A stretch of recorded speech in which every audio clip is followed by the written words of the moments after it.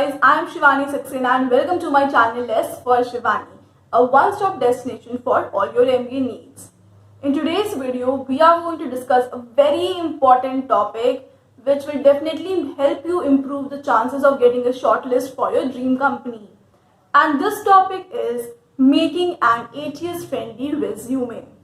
A lot of us take days to make a good resume using all the fancy templates, fonts and icons and shapes. But what if this resume is not able to reach the hands of the recruiter because it is rejected by an applicant tracking system? That will definitely feel bad, right? So that's why we need to keep the ATS guidelines in mind before making a resume. So in this video, we are going to see how you can make an ATS-friendly resume in 6 simple steps. What are the tools that you can use to improve the score of your resume and to find out keywords from the job description so that the match person between your resume and the job description is high. And also we'll see what are the questions that you should be prepared to answer from your resume.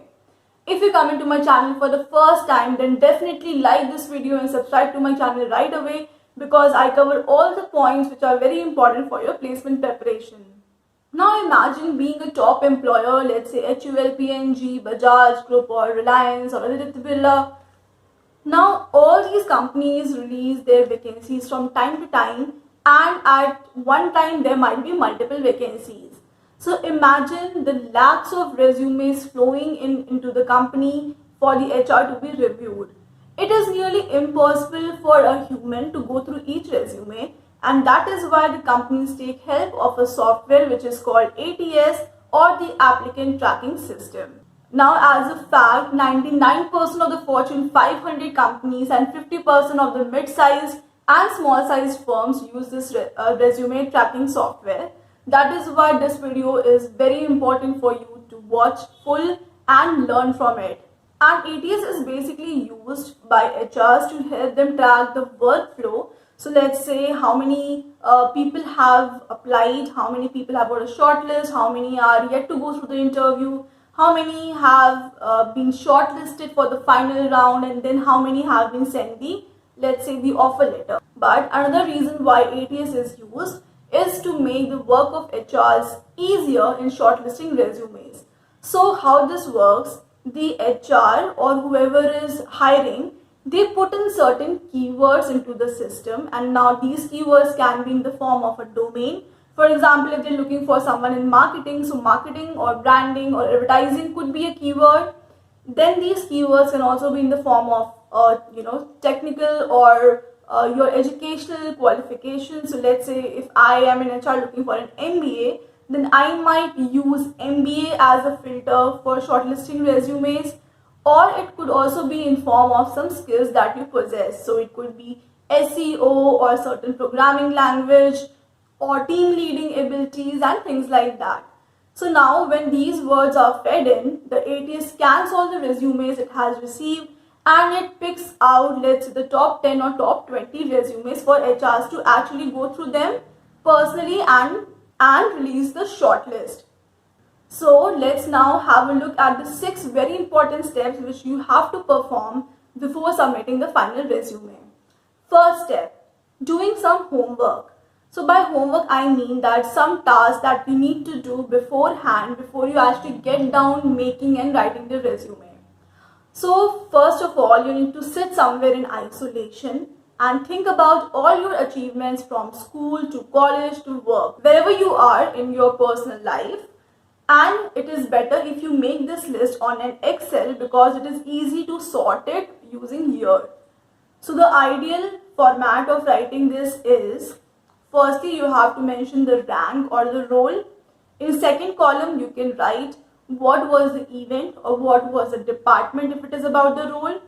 In the third column you mention where that event happened or where was the company. And in the last column you add the year. So these are the 4 columns I recommend you to write. Then we shortlist the ones for which we have proof. So guys, proof is very important. In case you are beginning to write a resume and you do not have a proof for any particular credential, make sure before going for the interview you gather the proof for that. and it could be done by way of writing an email to your school or college and asking them to send you something from the official ID which will testify the fact that you have rightly held that position or rightly held that achievement. Now just put the filter from the latest to the oldest year, which is called the reverse chronology, and your content is done now. Step number 2, making an ATS friendly resume template. So there are a lot of sources from which you can get good resume templates. So you also have inbuilt templates in MS Word, MS PowerPoint, MS Publisher, and even Google Docs for that matter. But what I recommend is you make a resume of your own. So I recommend using a Word doc, a blank Word doc as the base for making a resume. Now I need to highlight that if you are using a resume which has lots of shapes in it or photographs or different icons for, let's say, for the names of the companies or to demonstrate different aspects of your resume, then let me tell you that the software is not able to read any of these things, and that is why your resume is not getting shortlisted. So stick to a very simple format, stick to just headings, content in bullets, then next heading, content in bullets, and things like that. I'm going to show you on screen how a simple ATS friendly resume looks like, but you need to promise that you're going to follow all the steps that I'm going to say now. So the first important factor is your resume template needs to be very simple. Second important factor, the structure of the resume. So now your structure might differ from that of your peer, because let's say if you do not have any certification to write, then there is no point mentioning it. But broadly, I am now going to tell you what are the headings which you should be using in your resume.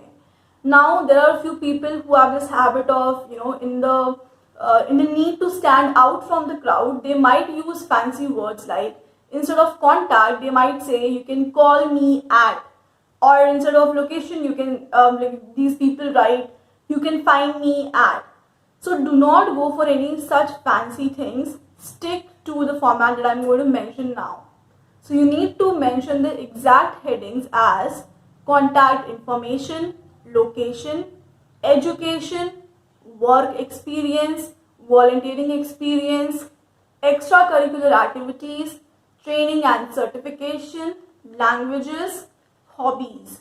Now if there is something which you want to write apart from this, you can add, but again do not go for fancy words. Stick to the conventional words which I have mentioned just now. Third important factor, formatting. So I recommend do not use a very small font size in order to fit the content on one page. Minimum font size to be used is 10. You can go beyond that. And always keep in mind that the formatting wherever you are doing has to be standardized throughout your resume. Let's say if you are writing heading in 12 and the content in 11 font size, then make sure it is the same everywhere, otherwise it will not look neat. Second thing, do not fall into the trap of using fancy fonts. Use only one of these fonts which I am going to say. Times New Roman, Calibri, Cambria, Arial, Verdana, Tahoma, Garamond. Do not go for any other font apart from these 6, or else the font will not be read by the system and your resume will not be shortlisted. Fourth important thing, do not write any information in the header or footer. Use both full forms and acronyms, because you never know what information will the HR feed in. Let's say if you're writing just MBA in your resume, but what the HR is using as a filtering criteria is Masters of Business Administration, then again this word is not in your resume and you might not get shortlisted. So it is advisable that you use both the short form and the long form, so that whichever is the case of adding keywords, your resume always appears in the search results. Sixth important factor, which is very important, is the use of power verbs. So power verbs are normal action verbs, but they are, from the industry, they are a bit jargon based and they give the resume a very professional outlook. That is why I recommend using power verbs. If you're not aware what they are, you can do a simple Google search, or you can use the power verbs which I am using for each of these categories, as you can see on the screen now.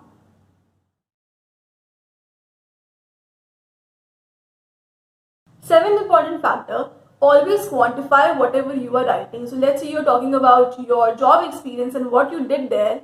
In the bullets, if you're writing, let's say 4 bullets, at least 2 of these bullets should have a number in them. Now I'll give you an example of how you can quantify. First example, option 1, manage advertising on website and social media. And option 2, doubled new user acquisition through the implementation of new marketing strategies focused on optimizing companies' web presence, social media and SEO. Which one of these is better? Obviously the second one. Similarly, I'll give you another example of how you can quantify. Handle consumer complaints for warranty of used cars. Or option 2, achieve 50% reduction in turnaround time for complaint resolution, resulting in increase in net promoter score by 20%. I hope by now you know what I mean by quantification of data, and if your resume doesn't have these numbers, then make sure you make an estimate of whatever your performance was and mention those in these bullets. Eighth important factor, if you are someone who has a work experience of less than 7-8 years, your resume should be of 1 page only. Strictly follow this rule, otherwise your resume will not score good on the ATS. Ninth important factor, do not use personal pronouns like I, me, we, us, you. So whatever you're writing, make sure you write in a way that there is no need to mention these things. And 10th important factor, do not use lots of shapes or photographs or rectangles or boxes in your resume. Keep the layout very simple, and that will really help you in improving the score of your resume. Third step, doing some hygiene checks. By hygiene checks, I mean spelling and grammar errors or how standardized your resume is. Once you are sure there is no such error, then we move to the fourth step, which is very important. Now that a resume is ready, we need to see how it scores on an external resume scanner before we actually submit to the company. So I suggest you to use any one of these 5 free websites which I am going to tell you now: Resume Worded, JobScan, Live Career, Resume CV Writer and Top Resume. Do not go for any paid services because these websites are free of cost and they give you an in-depth analysis of your resume as well, the feedback which you can use and use it to improve your resume further. Now one thing to note is that a lot of websites might not give immediate result, let's say in the form of a rating or a percentage, but they might take 24 hours to analyze your resume. So make sure that you have sufficient time between the deadline so that this exercise can be done.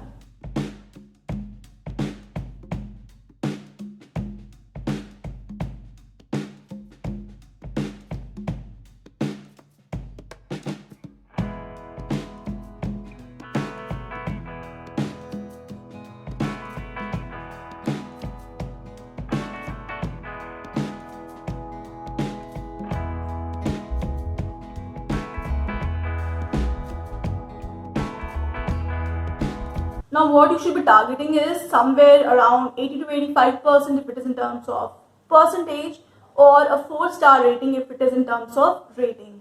Fifth step, customization according to the job description. Again, this step is very important. Let's say the company is hiring for the role of a marketing intern or a marketing specialist, and it has laid out that it needs a certain type of candidate. Now if you are satisfying those requirements, make sure you use some of the words which I mentioned in the job description and put them in your resume very cleverly.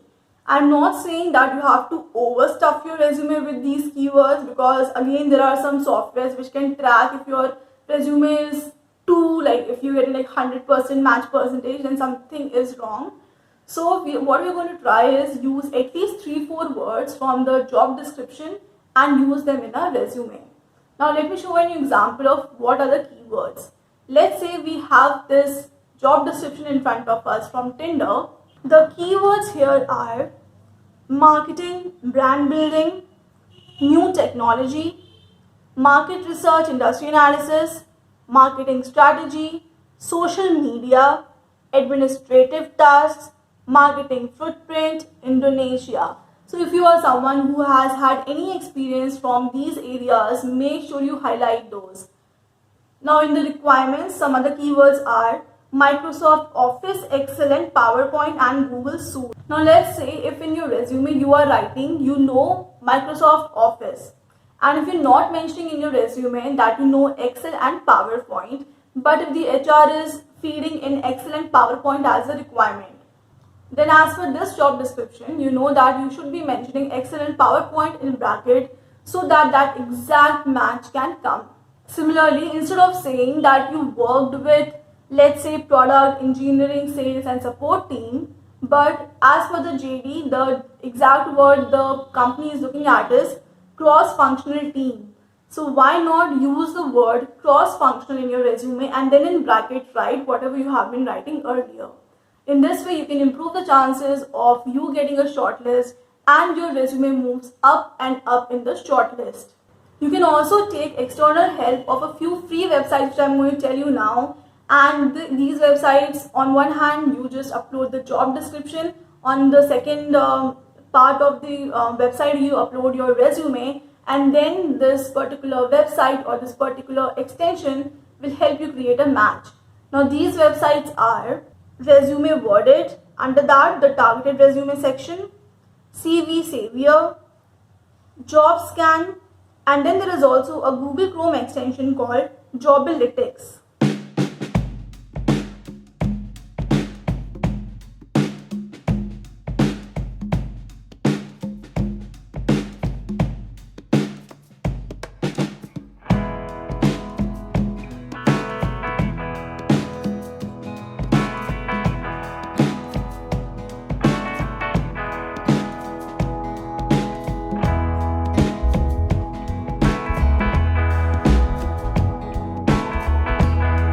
And the last step in making a resume is submission.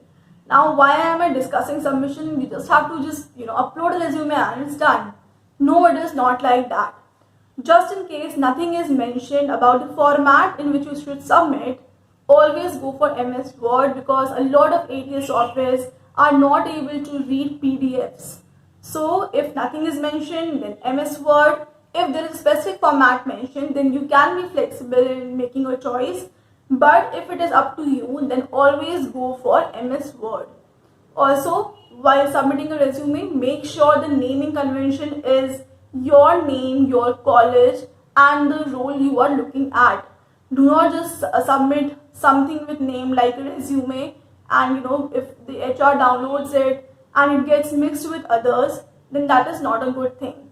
So always mention your name, your college or company, previous company, and whatever role you are targeting. Now the questions which you can expect from your resume are, firstly, anything which is outstanding in your resume, outstanding in both a negative way and a positive way.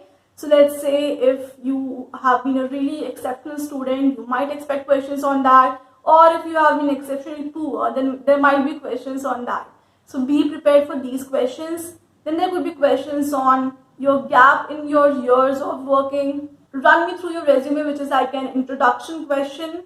Tell me something which is not in your resume. So mind you that for each of these questions, I have specific videos on my channel. Make sure you click on the eye pop-up at the top of the screen or go to the playlist Job Search and Interview Preparation and find these videos. And lastly, you could be asked to explain in detail what you did in a particular project, internship or job.